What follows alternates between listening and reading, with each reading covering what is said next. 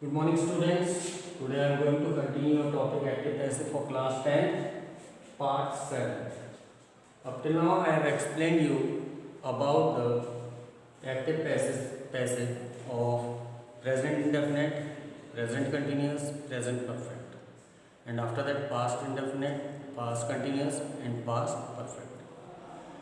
And there will be no passive for the past perfect continuous. जैसे कि आपको पहले भी बताया था मैंने कि प्रेजेंट परफेक्ट कंटिन्यूस टेंस का पैसिव नहीं बनता, वैसे ही आपके पास्ट परफेक्ट कंटिन्यूस टेंस का पैसिव नहीं बनेगा। तो इस तरह से हम कह सकते हैं कि हमारे एक्टिव पैसिव वाले पार्ट में प्रेजेंट के सारे पार्ट्स और पास्ट के सारे पार्ट्स कंप्लीट हो गए। लेकिन फिर भी मैं ये चाहूँगा कि आपका एक रिवीजन हो जाए, क्योंकि एक्टिव पैसिव में सबसे बड़ा मेन रोल होता है आपके हेल्पिंग वर्ब का।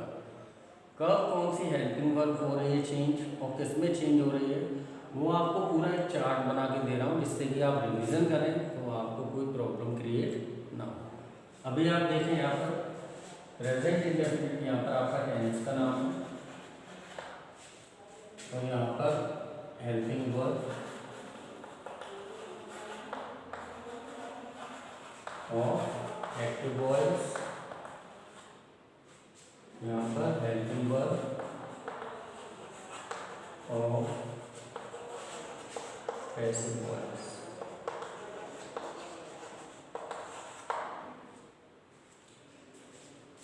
तो यहाँ पर आपकी helping verb of active voice, helping verb of passive voice, लेकिन इनके टेंस सेम रहेंगे, टेंस में कोई चेंज नहीं होगा। जैसे फर्स्ट है आपका प्रेजेंट इंडेफिनिट, शुरू में ही आपको एक्सप्लेन किया गया था कि ये आपका रूपांतरण है, ट्रांसफॉर्मेशन कह सकते हो कि सेंटेंस का रूप बदल रहा है लेकिन मीनिंग सेम है।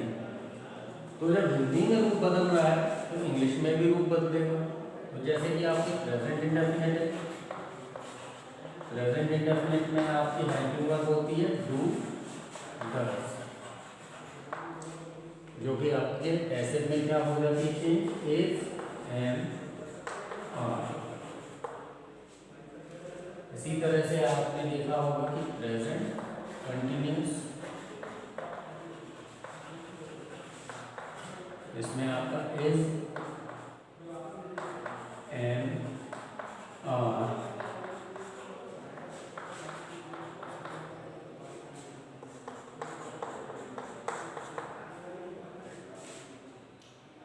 वर्ब के साथ आईएनजी।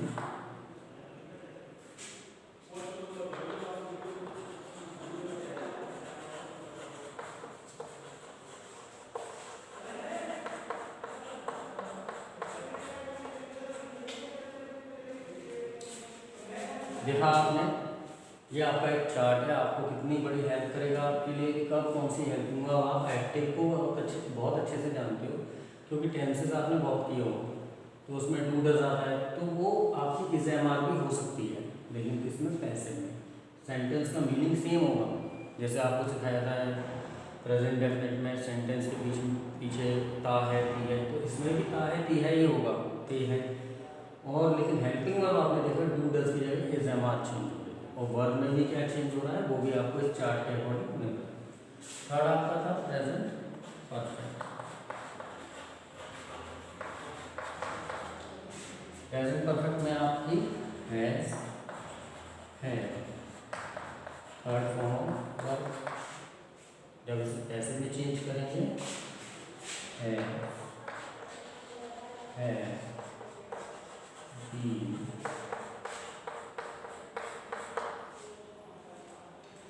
यहाँ पर आपने देखा प्रेजेंट के तीनों पार्ट्स हो गए। प्रेजेंट का जो चौथा पार्ट है प्रेजेंट परफेक्ट कंटिन्यूस, उसमें पैसिव वॉइस नहीं बनता, हालांकि आपके सामने ये है प्रेजेंट परफेक्ट कंटिन्यूस, उसमें आपका हैज बीन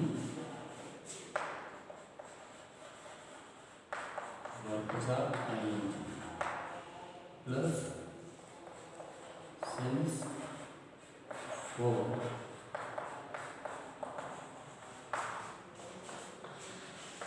नो ऐसे। तो यहाँ आप देख सकते हैं कि प्रेजेंट के आपके चारों पार्ट्स कंप्लीट है। ये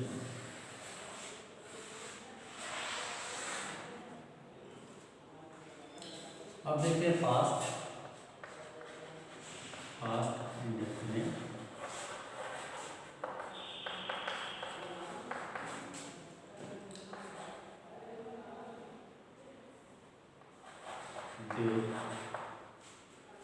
और इसमें जो हेल्पिंग वर्ब चेंज होती है वर्ब की सेकंड फॉर्म भी होती है, फर्स्ट फॉर्म भी होती है।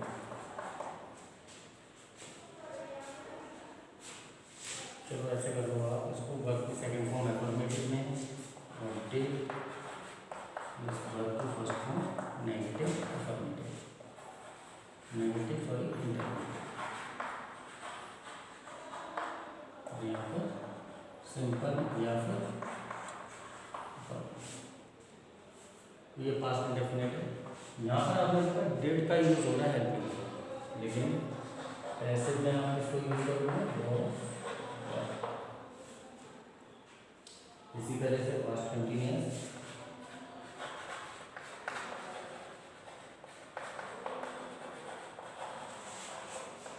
इसमें आपको वॉज वर्ब के साथ, लेकिन जो पैसिव वॉइस होगा वॉज वर्ब बी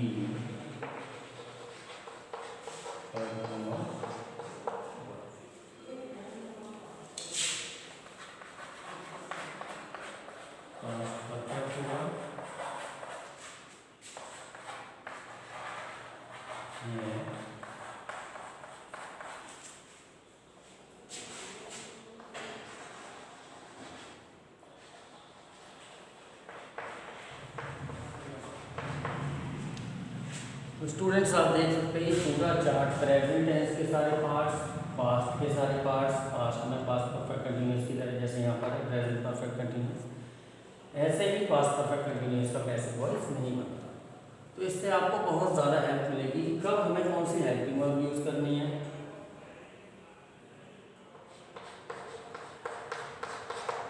कौन सी हेल्पिंग वर्ब यूज़ करनी है और कौन सी वर्ब की फॉर्म यूज़ करनी है।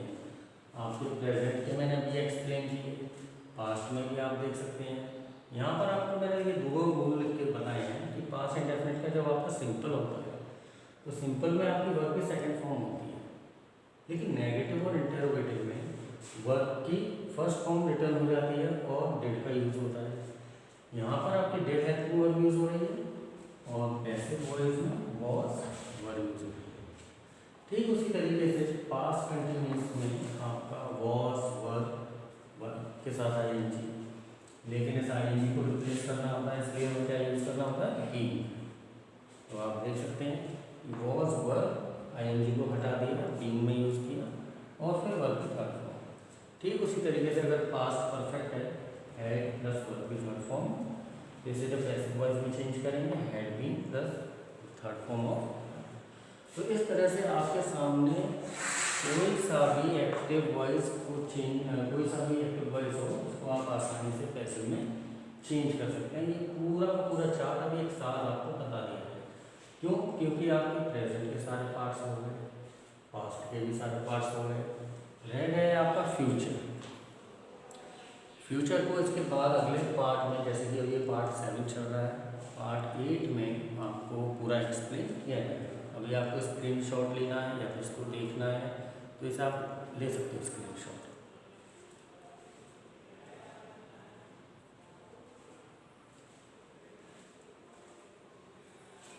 ये नहीं स्टूडेंट्स, आपने देखा होगा कि इतने सारे रूल्स हमें अगर एक चार्ट के रूप में मिल जाए, जैसे कि आपकी आइडेंटिटीज़ होती हैं मैथ्स में, things to remember last page होता है चैप्टर के लास्ट में, तो वहाँ से आप देख लें तो सारी आइडेंटिटीज़ एक साथ दे दी जाती हैं। तो ठीक उसी तरीके से मैंने कई बार कहा है कि एक्टिव से पैसिव वॉइस में जब हम चेंज करते हैं, बिल्कुल ये फॉर्मेट्स हैं, इन्हीं फॉर्मेट्स के अकॉर्डिंग आप सेंटेंसेस को चेंज करोगे। तो यहाँ पर आपको दिखाई दे रहा है ये फॉर्मेट्स अगर आपको मालूम है तो कैसा भी कोई से भी टेंस का वो होगा, चाहे वो प्रेजेंट के चारों पार्ट्स में से कोई भी हो, चाहे पास्ट के चारों पार्ट्स में से कोई भी हो, तो आप आसानी से इसको पैसिव वॉइस में कन्वर्ट कर सकते हो।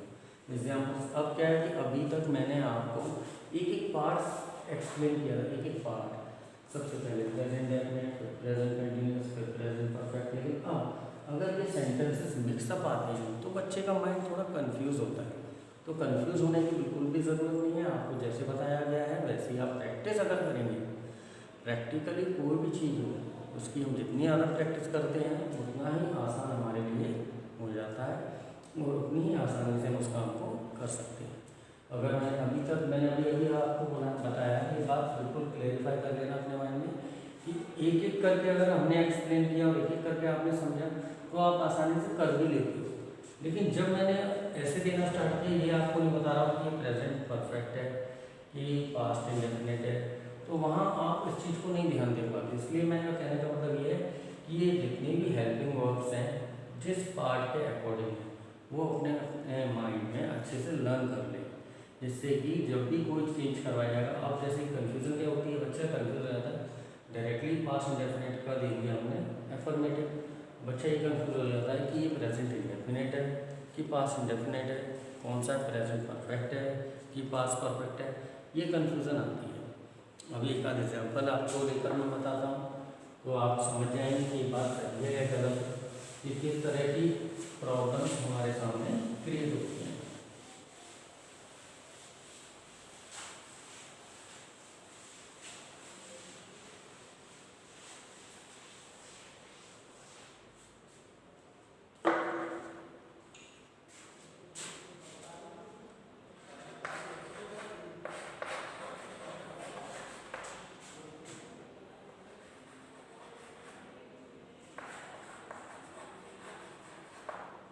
अभी डायरेक्टली दे दिया मैं यहाँ पर, आपको ये बिल्कुल भी नहीं बता रहा हूँ ये प्रेजेंट का पार्ट है कि पास्ट का पार्ट है। अब इससे आप कैसे वॉइस में चेंज करो।